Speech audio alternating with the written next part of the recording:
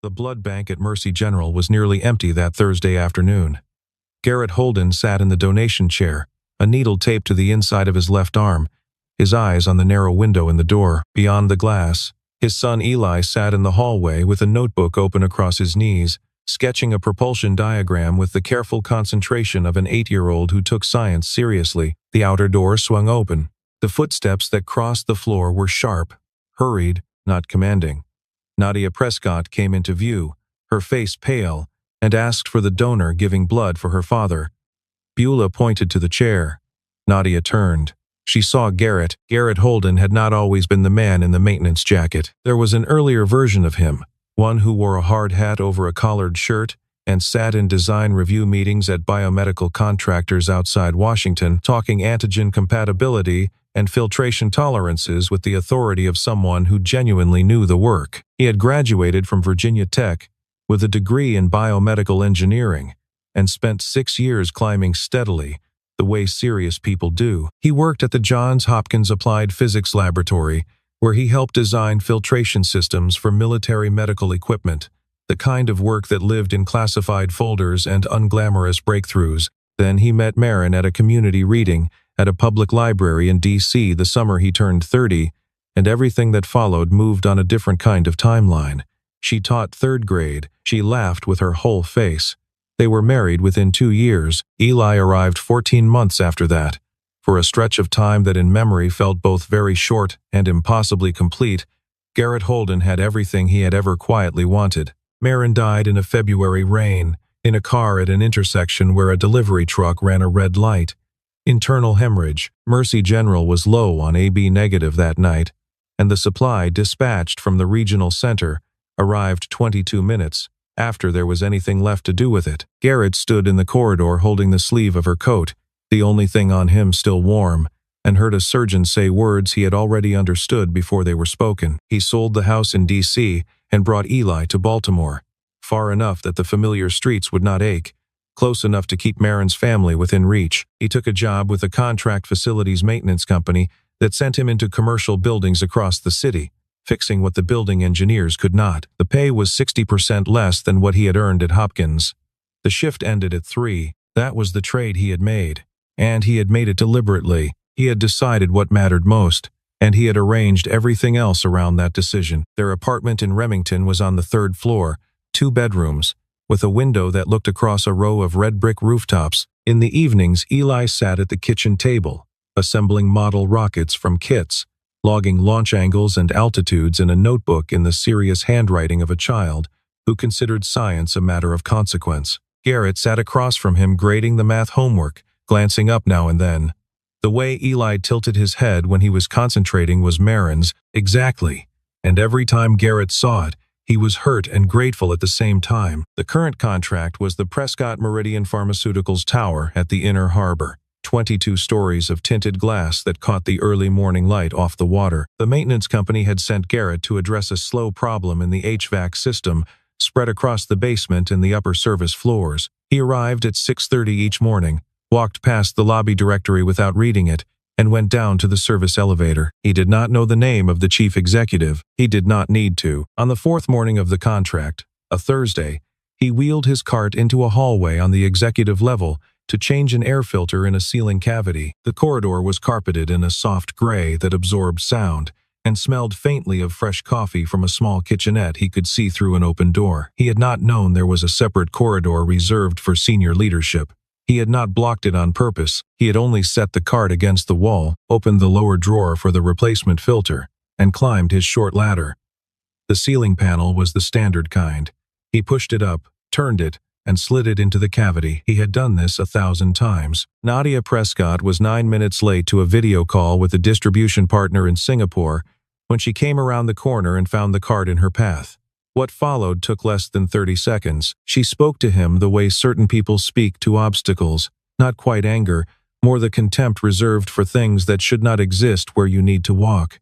She said the help should know when to be invisible. He said it in front of a security officer, a building manager, and 3 junior associates who happened to be passing through at exactly the wrong moment. Then she walked on, her heels striking the carpet harder than the carpet allowed them to sound. Garrett did not turn, He was halfway up the ladder, one hand on the filter frame, and he did not let his hand move. He waited until the heels had crossed the length of the corridor and disappeared into the elevator vestibule. Then he climbed down, rolled the cart 3 feet to the left, climbed back up, and finished the filter. The security officer at the end of the corridor was watching him with the expression of a man who wanted to say something and had decided, correctly, that there was nothing to say. Garrett moved on to the next ceiling tile. He finished the filter.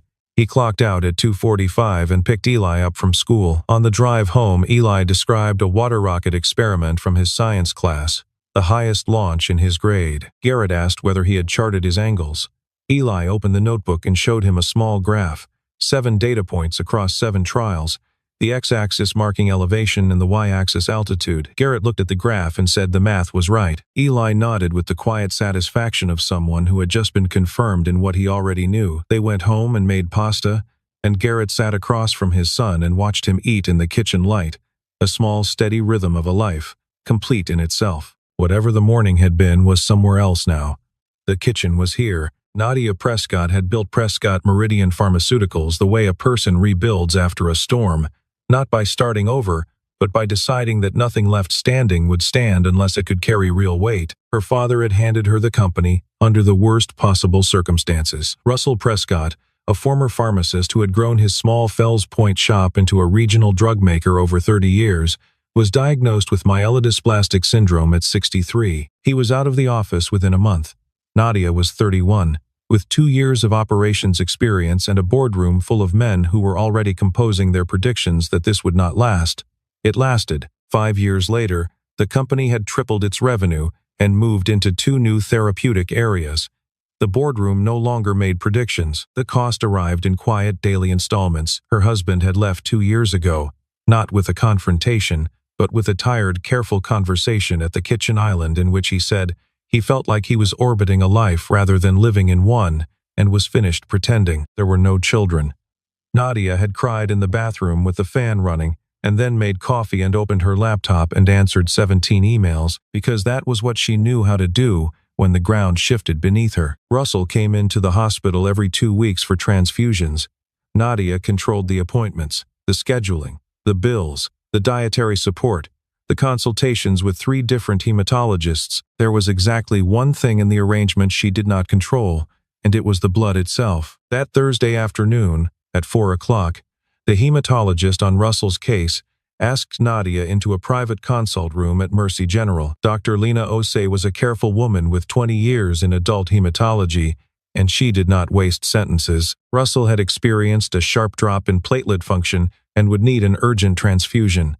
That was the simple news. The complicated news was a piece of context Dr. Osei had been carrying for almost 2 years, and had decided, that afternoon, was time for Nadia to know. Russell's immune profile, complicated by his treatment regimen, had over the past 2 years narrowed to the point where only one donor in the regional registry produced blood his system could reliably accept. The donor was anonymous to the family by hospital protocol. He had donated every 56 days, the minimum interval permitted, without fail, for 2.5 years. 16 consecutive donations. He had never asked where the blood was sent. Dr. Osei could not, by policy, disclose his identity.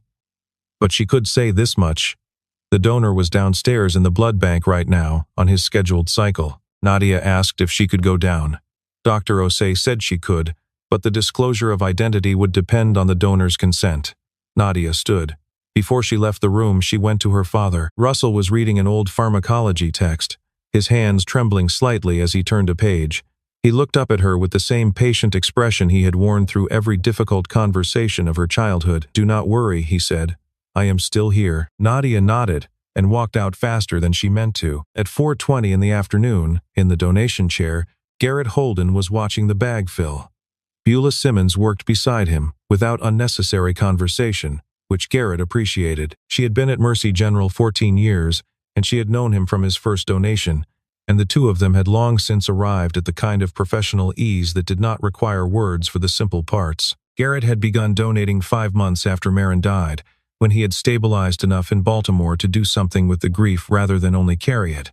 He had not begun for a noble reason. He had begun because on the night Marin needed blood there had not been any, and he could not live with the thought that somewhere out there another person was standing in a corridor as he had stood, hearing the same sentence, for the same reason. He had picked Mercy General because it was where Marin had died, and he had decided, in some quiet way he did not examine too closely, that he would feed the same bank that had failed her. He came every 56 days.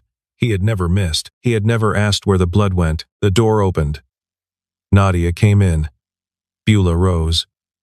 Nadia said she had been told the donor for her father was here, and she wanted to meet him if he would allow it. Beulah turned to Garrett, the question in her eyes.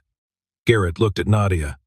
He recognized her. He did not move his face. She recognized him. He saw it arrive in stages behind her eyes, each stage settling before the next followed, until the whole weight of what she was looking at came to rest somewhere inside her and stayed. The plumber, the corridor, the morning, the chair, the needle in his arm and the dark line of the bag beside it. He saw her register each one. He nodded once to Beulah. The consent was given. Beulah's voice took on the careful neutrality she had learned over 14 years of standing between strangers in difficult moments. "Mrs. Prescott," she said, "this is Mr. Holden. He has been the compatible donor for your father for approximately 2.5 years. Today is his 16th donation." Nadia opened her mouth.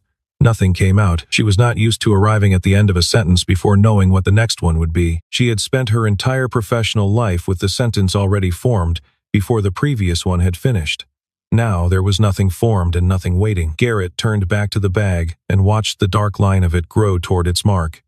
He had decided. He had no need to look anywhere else. Through the small window in the door, Eli looked up from his notebook. He saw the unfamiliar woman standing motionless inside the room. He saw his father seated and calm. He returned to his diagram. It was the response of a child who had learned how to sit outside rooms where important things were happening and not contribute to anyone's fear. Nadia did not leave the corridor for the 40 minutes it took Garrett to finish. She watched through the small window. She watched a man sit still in a donation chair with the quiet that comes from having long since made peace with physical discomfort. His hands rested open on the armrests. His eyes moved between the window and the middle distance. He was not the posture of a person enduring something. He was the posture of a person who had decided to be where he was and was finished deliberating about it. Once Eli stood up from his chair in the hallway, walked to the door, pressed his face briefly against the glass, and looked at his father. Garrett met his eyes and gave him a small nod. It was a measured nod, calm, the specific nod of a father telling his child that everything was all right and there was nothing to fear. Eli nodded back at exactly the same unhurried tempo, returned to his seat, and resumed his diagram. Nadia stood in the corridor and watched the entire exchange and felt something move in her chest that she did not know how to name. She was running, in the meantime, a thorough and very uncomfortable inventory of her own character.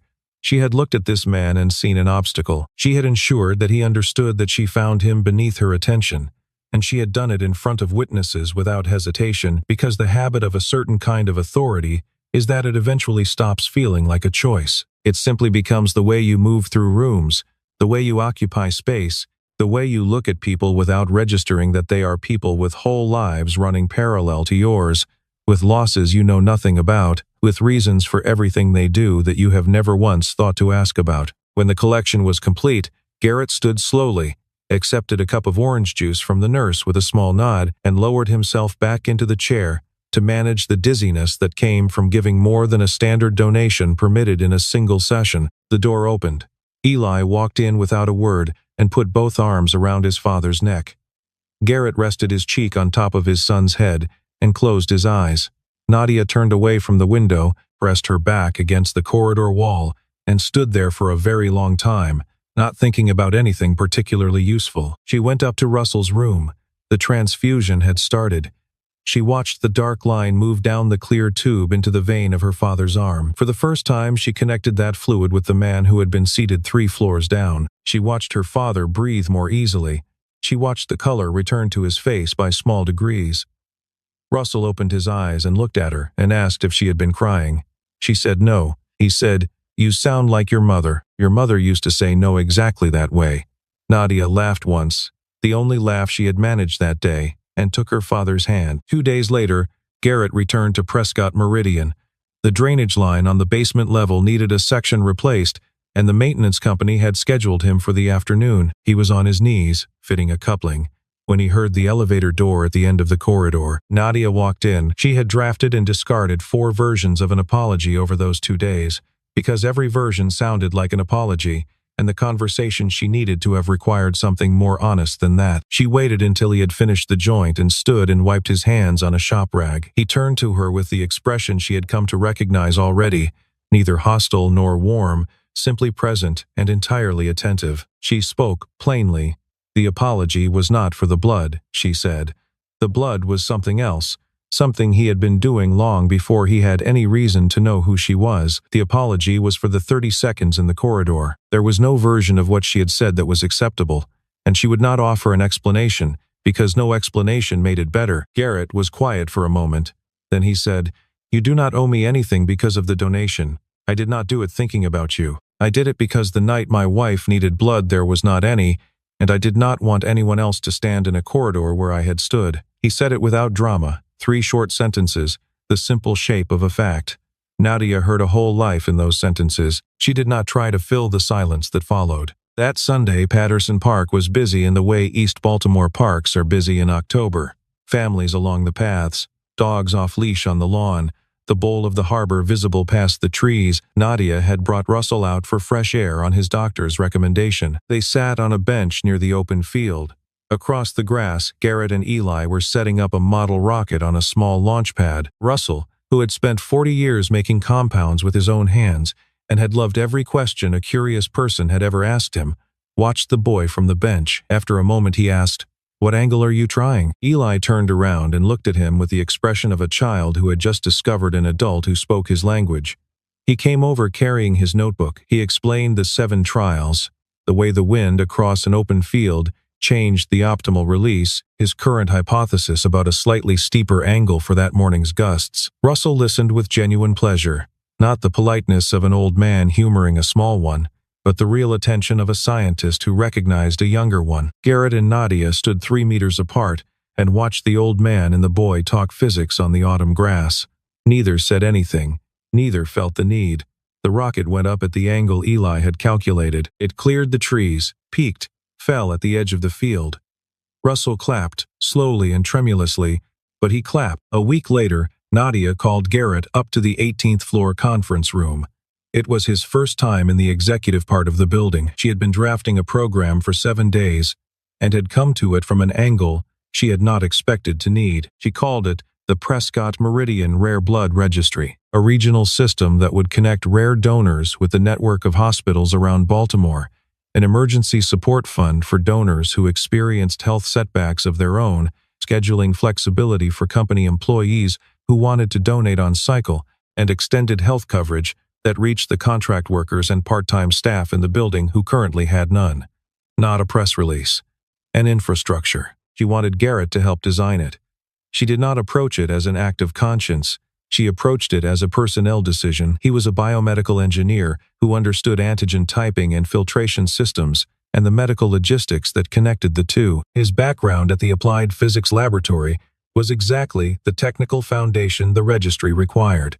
She offered him part-time consulting work, fair compensation, full benefits for him and Eli. He could keep his maintenance contracts if he wanted, but she needed his voice in the room. Garrett was quiet long enough that she began to wonder whether she had miscalculated. Then he asked, "Are you doing this because you believe it is the right thing to build, or because you need it to be the right thing, so you can carry everything else without breaking?" Nadia held his gaze. It was a fair question, and they both knew it. "Both," she said. "But the first reason is getting truer the longer I sit with it, and the second one less." The board meeting that took up the program 2 days later did not go the way Nadia had expected. Victor Haynes, the chief financial officer, walked through a careful objection. He was not a malicious man. He was a man who measured everything in margin. He flagged the liability exposure if a registered donor experienced an adverse event, the $2.3 million of first-year costs without offsetting revenue, the diversion of focus from the pharmaceutical pipeline that paid everyone in the building. The objections were not unreasonable. He was doing his job. After the meeting, in the hallway by the elevator bank, Victor was speaking to another senior leader. His voice was not lowered. He did not particularly care who was within earshot. Garrett was wheeling a cart past with a coil of replacement tubing across the lower shelf. She is building a monument to a handyman, Victor said, because she had one bad morning. That is not leadership, that is expensive therapy. Garrett did not stop walking. He did not turn his head, but something changed in the line of his shoulders, the way a person carries themselves when they are deciding whether to set something down. That evening, in the kitchen on the 3rd floor in Remington, Garrett did not eat his dinner. He had cooked pasta in a small pot the way he cooked it every Tuesday, drained it in the sink, set it on a plate, sat down. He had been sitting in front of it for almost 20 minutes. Eli watched him from across the table, long enough to know there was something to know, patient enough to wait. "Are you sad about work?" Eli asked. Garrett tried to explain it in a shape an 8-year-old could hold. "Sometimes," he said, "doing the right thing puts you in a room where people do not want you to be, and sometimes the people in the room say things that are meant to remind you of that. You hear them, and then you have to decide whether the room is still worth being in." Eli thought about this with the careful attention he gave to important math. He said, "Did you hear what someone said today?" Garrett said, "I heard part of it." Eli said, "Was it about you?" Garrett said, "It was about me, yes, but it was really about somebody not understanding what I was doing in the room." Eli was quiet for a moment. Then he said, "Mom used to say you belong in every room you walk into. She said you do not ask anybody's permission to be anywhere." He said it the way he had been saying things lately, with the unintentional precision of a child carrying a parent's voice forward into a place the parent could not reach anymore. Then he picked up his fork and went back to his pasta, because for him the conversation was finished. Garrett looked at his son, 8 years old, holding the sentence at exactly the right moment, with the same careful handwriting in his head. He stood up, washed the dish in the sink, and said nothing more about it, but he did not say he was quitting either. He stayed up late at the kitchen table after Eli had gone to bed, with a glass of water in front of him, and turned the decision over until it was no longer a decision so much as the thing he had already chosen. The next morning, in the boardroom on the 18th floor, Nadia convened an unscheduled meeting. Victor presented his cost-risk analysis again, more thoroughly this time with a slide deck. He had spent the night sharpening the case. When he was finished, the room was quiet. Nadia stood up and did not speak from notes. "This company exists," she said, "because my father built it with integrity. He built it from a counter in a one-room shop in Fells Point, where he mixed compounds by hand, because he could not yet afford to pay anyone else to mix them. He did not build it by being clever about whose suffering counted. He built it by treating every person who walked through his door as a person who deserved his full attention. My father is alive today, because a man none of you know the name of has come to a blood bank 16 times in 2.5 years without ever asking where the blood was going. If we cannot extend that same integrity to the people who are keeping us alive, in the literal sense, then we do not deserve the name on the building." She sat down. The vote was 6-2. The program passed. She called Garrett from her office that afternoon. He took the call standing in a furnace room on the 12th floor. "The program is approved," she said. He was silent for a moment. Then he said, "I have conditions. The program has to be real, not a line in the annual report. And when I tell you something you do not want to hear, you are going to listen, even when you would prefer not to. Especially then." "Agreed," Nadia said. Over the 4 weeks that followed, Garrett and Nadia worked side by side in a small conference room near the executive offices. His engineering mind and her organizational instincts produced a combination so efficient that both of them noticed and neither of them remarked on it. He explained how the human leukocyte antigen system worked, the way certain matches were narrowly compatible across populations, how registries failed in practice when the logistics ignored small hospitals. He translated his diagrams into operating procedures and budget lines. He sketched a routing schematic on the whiteboard with the precision of a man who had once designed systems for the military, and she looked at it and saw the bones of a real organization. She had questions she had not been able to ask anyone before, because she had never had anyone she could be wrong in front of, and being wrong with him cost her nothing because he did not register her wrongness as anything other than a question. She asked how he had ended up in the maintenance jacket. He said he had needed work that ended at 3, and the work that ended at 3 was the work he could find.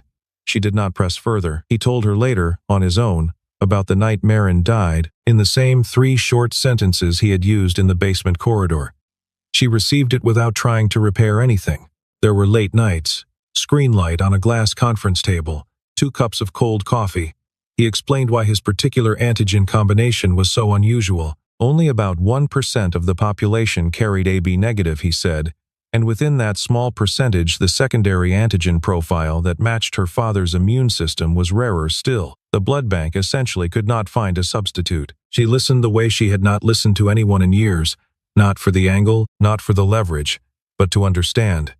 Once, around 11 at night, she asked him whether he had ever wanted to go back to engineering. He thought about it for a long moment. He said the engineering had been his work, but Eli was his life, and he had learned the difference. He had also learned that there was a kind of engineering you could only do when you were not paid for it. On Sundays, Eli came to the hospital or the park with a new rocket. Russell, his hands shaky but his mind exact, helped him with the calculations and told him stories about mixing compounds by hand in his small shop in Fells Point when he was a young pharmacist who did not yet own a building. He told Eli about the time a customer had brought him a prescription written in a doctor's handwriting, so bad he had to walk 3 blocks to the doctor's office to confirm it, and how the doctor had laughed and said no one else had ever bothered. He told Eli that the most important thing in any small operation was the same as the most important thing in any large one. You had to know exactly what was in the jar before you sealed it. Eli recorded the stories at the back of his notebook under a heading he had written in careful block letters. Data from Mr. Russell. The section grew to nearly 20 pages. Russell said to Nadia one afternoon after Eli had gone home, "That boy reminds me of your mother. Quiet, steady, shows up on time. He asks the question he came to ask. He does not waste anybody's afternoon." Nadia looked at her father and saw, for the first time in many years, the particular tenderness in him that she had thought was reserved for her alone. It did not make her jealous. It made her glad in a quiet, startled way that her father had something new to love. That Friday evening at home, over a bowl of cereal, Eli looked up at his father. "Dad," he said, "do you like Miss Nadia?" Garrett was at the sink. He dried his hands slowly and looked at the photograph on the refrigerator. Marin on a beach the summer before Eli was born, hair pulled across her face by the wind, laughing at something off camera. He turned off the small light above the sink. "Time for bed," he said. The final day of the maintenance contract arrived on a cold Friday in December.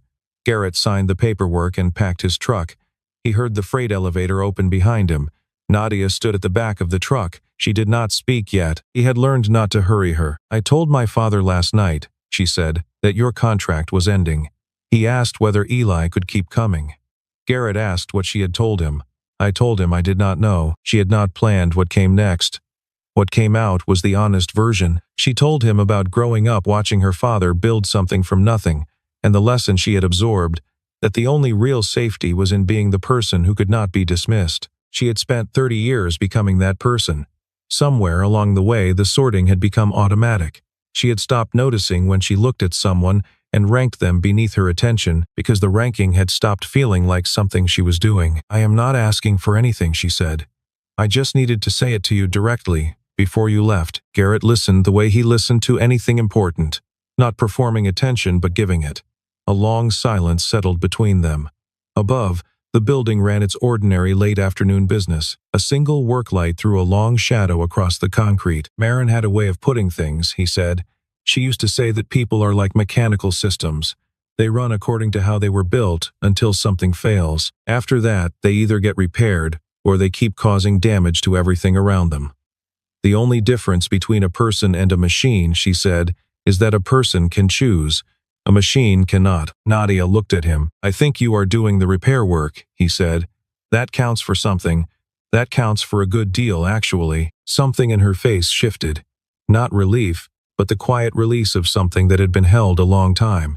The Prescott Meridian Rare Blood Registry launched on a Monday morning in January, in the same lobby where a maintenance cart had once been parked in the wrong place. A small platform stood near the elevator bank. Nadia spoke first. She did not use the polished tone she usually brought to company addresses. She described the registry plainly: partnerships with regional hospitals, the emergency fund, the scheduling flexibility, the extended health coverage for contract workers. She said the program existed because one person had shown her something she should have understood long before she ever sat in the chief executive's chair. "Dignity," she said, "is either present in how an institution treats people, or it is not." She stepped back and looked toward Garrett. He walked to the microphone like a man who would prefer to be anywhere else. "I am not good at speeches," he said. I am better at finding what is broken in a system and figuring out how to fix it. A small ripple moved through the room. He looked out across the lobby. Executives near the front, maintenance crew near the back, engineers, receptionists, delivery drivers, schedulers, accountants filling the space in between. He let the room settle. Everyone in this room knows someone who is alive because a bag of blood arrived in time, he said. And everyone in this room knows someone who is not here because it arrived too late. I know what the second one feels like. This program will not change all of it, but it might make one night different. That is worth building. Russell was in the front row in a wheelchair.